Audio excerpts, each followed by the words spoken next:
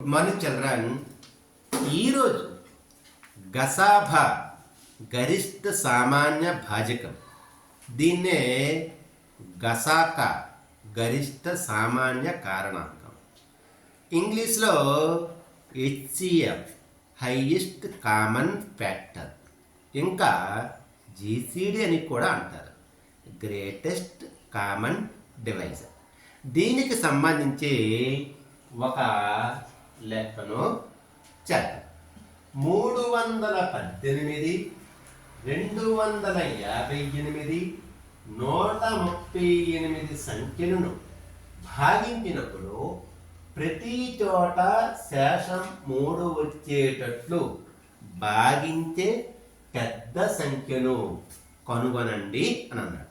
దీనికి జవాబులు ఏ 10, B 12, C 15, D 18. ఏంటంటే ఇక్కడ పెద్ద సంఖ్య అన్నా గరిష్ట సంఖ్య అన్నా ఒకటే.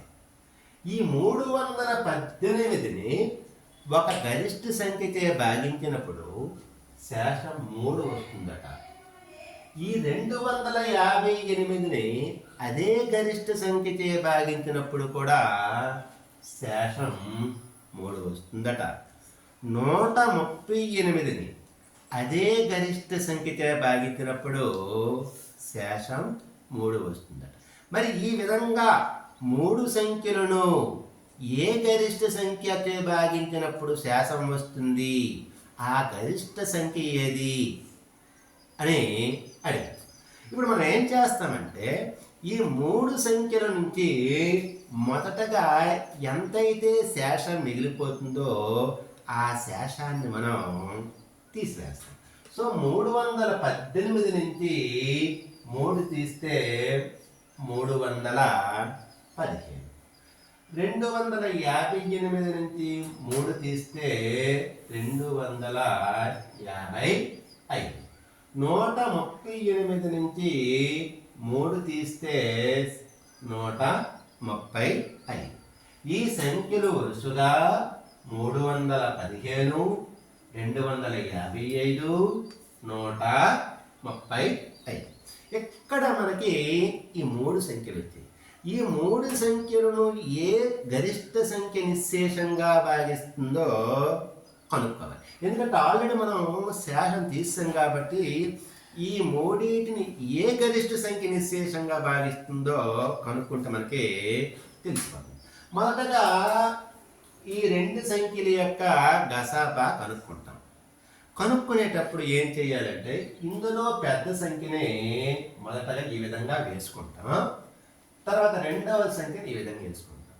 255 1, 255 తీసివేసి చేస్తే 5లో 5 పోతే 0, 11లో 5 పోతే 6, అంటే శేషం 60 వచ్చింది.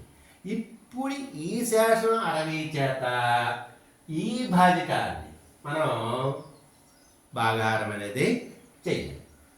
చూడండి, ఇక్కడ 64 240, 255 నుంచి 240 తీసి 5లో 0 పోతే 5, 5లో 4 పోతే 1, అంటే 17 వచ్చింది.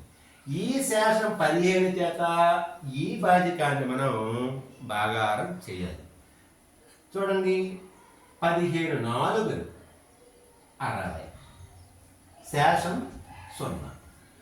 ఈ విధంగా శేషం 0 వచ్చేటంత వరకు ఈ విధంగా మనం భాగాహారం అనేది చేయాలి. ఈ శేషం ఏదైతే ఎక్కడైతే శేషం 0 వచ్చిందో, రిమైండర్ 0 వచ్చిందో, ఆ 0 మీద ఉన్న భాజకమే ఈ 2 సంఖ్యల యొక్క గసాబా అవుతుంది. సో 315, 255 హెచ్సిఎఫ్, ఆ జీసీడీ 15.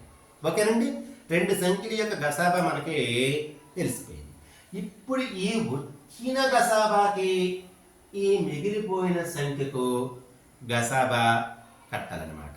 ఓకే, 135ని ఇప్పుడు ఈ 15 చేత భాగాహారం చేస్తే 15 9లో 135. 135లో 135 తీస్తే శేషం 0. ఈ శేషం 0 వచ్చింది కదండి, దీని మీద ఉన్న భాజకమే గసాబా అవుతుంది. అంటే దీంటి 15కి 135 గసాబా ఎంత వచ్చింది ఇప్పుడు మనకి? మరలా 15 అనేది వచ్చింది. ఇప్పుడు ఈ మూడింటి యొక్క గసాబా ఎంత అవుతుందంటే టోటల్గా ఈ మూడింటి యొక్క గసాబా 15 అనేది అవుతుంది. ఈ విధంగా ఈ 15 అనే గరిష్ట సంఖ్య 318ని, 258ని, 138ని శేషం 3 వచ్చేటట్లు భావిస్తుంది అనమాట. సో ఆన్సర్ అనేది సి. ఓకేనండి, థ్యాంక్ యూ.